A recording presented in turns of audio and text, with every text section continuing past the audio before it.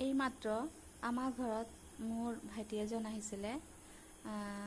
ভাইটিজনে আমাৰ মৰমৰ জুবিন দাক লগ কৰিছে তেওঁৰ ঘৰলৈ গৈ, আৰু তেওঁৰ যি অতিথি আপ্যায়ন, সেই অতিথি আপ্যায়নৰ বিষয়ে ইমান ধুনীয়াকৈ কৈছে যে সঁচাকৈ জুবিন দায়ে আলহী গ'লে কেনেকৈ ব্যৱহাৰ কৰে।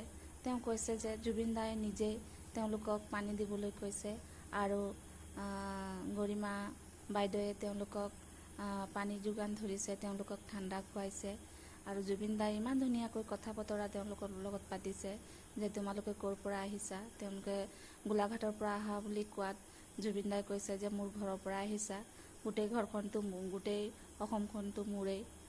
আৰু সঁচাকৈ সকলো মানুহক যে ইমান প্ৰেম দিব পাৰে, ইমান মৰম দিব পাৰে, আৰু সেই ভাইটিজনে আহি তেওঁৰ চকুৰ পৰা তেওঁ চকুলো বৈ যোৱা দেখিছোঁ। তেওঁ কৈছে যে তেওঁৰ দেউতাৰ যেতিয়া মৃত্যু হ'ল তেতিয়া তেওঁ সৰু আছিলে, কিন্তু দেউতাৰ মৃত্যুৰ সময়তো তেওঁ যেতিয়া ইমান দুখ লগা নাছিলে, কিন্তু জুবিনদাৰ মই সঁচাকৈ ওচৰৰ পৰা পাইছোঁ, কাষৰ পৰা পাইছোঁ।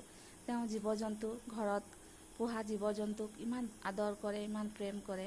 আমি যেতিয়া ট্ৰেইনিং দিবলৈ গৈছিলোঁ তেওঁলোকৰ ওচৰত তেওঁলোক আছিল বুলি কৈছে, আৰু ট্ৰেইনিঙৰ সময়ত জুবিন দাহঁতৰ ওচৰত থকা তেওঁলোকে জুবিন দাই যেনেকৈ জীৱ জন্তুবিলাক মৰম কৰে, চৰাই চিৰিকটি চাৰিওফালে আছে, সকলোবোৰ তেওঁলোকে দেখিছে।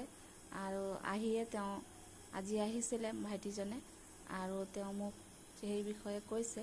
গতিকে আপোনালোকৰ আগত মোৰ মনৰ ভাৱ প্ৰকাশ কৰিছোঁ। সঁচাকৈ মানুহ জীৱন কেতিয়া কাৰ কি হৈ যায় কোনো ক'ব নোৱাৰে, কিন্তু মানৱ প্ৰেমী যে তেওঁ আছিল সেই কথা সকলোৱে আজি অসমবাসীয়ে সকলোৰে এটা মনত এটা বিশ্বাস যে মানুহ প্ৰেমী হোৱাটো কেনেকুৱা, আৰু মানুহ প্ৰেমী হ'লে কেনেকুৱা হোৱা উচিত।